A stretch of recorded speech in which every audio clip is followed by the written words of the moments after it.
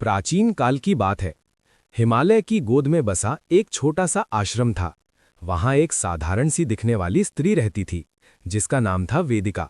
वो न तो रानी थी, न देवी के रूप में पूजी जाती थी, फिर भी उसके भीतर अपार शक्ति छिपी थी।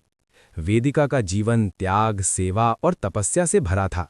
वो दिन रात बिना किसी स्वार्थ के लोगों की सहायता करती, भूखों को भोजन देती और दुखियों को सांत्वना देती।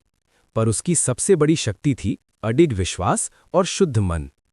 एक दिन स्वर्गलोक में हलचल मच गई। एक अहंकारी असुर ने वरदान प्राप्त कर लिया कि कोई देवता उसे पराजित नहीं कर सकता।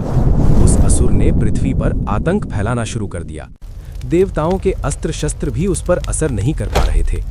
देवगण चिंतित होकर ब्रह्मा, विष्णु और महेश के पास पहुंचे। तब भगवान शिव ने ध्यान खोलते हुए कहा, इस असुर का अंत शक्ति से नहीं, शुद्ध नारी चेतना से होगा। तपस्या का रहस्य। उसी समय पृथ्वी पर वेदिका गहन तप में लीन थी। उसे न किसी वरदान की चाह थी, न यश की।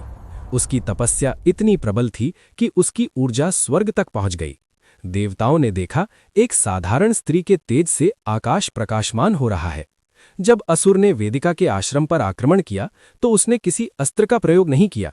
वो शांत भाव से खड़ी रही, आंखें बंद कर केवल सत्य का स्मरण किया। जैसे ही असुर ने उस पर वार किया, उसका ही अहंकार उस पर पलट पड़ा। धरती कांप उठी, आकाश गूंज उठा और असुर अपने ही भार से नष्ट हो गया। देवता ये देखकर स्तब्ध रह गए। इंद्र ने विनम्र होकर कहा, आज हमें ज्ञात हुआ कि शक्ति केवल शस्त्रों में नहीं, चरित्र और करुणा में भी होती है। वेदिका मुस्कुराई और बोली, मैं कोई देवी नहीं हूं, बस एक स्त्री हूं जो सत्य पर चलती है। उस दिन के बाद देवताओं ने भी मान लिया, जब नारी जागती है तो ब्रह्मांड झुक जाता है। इस साध्वी के पराक्रम के लिए लाइक और सब्सक्राइब तो बनता है दोस्तों, तो देरी किस बात की, करो जल्दी से।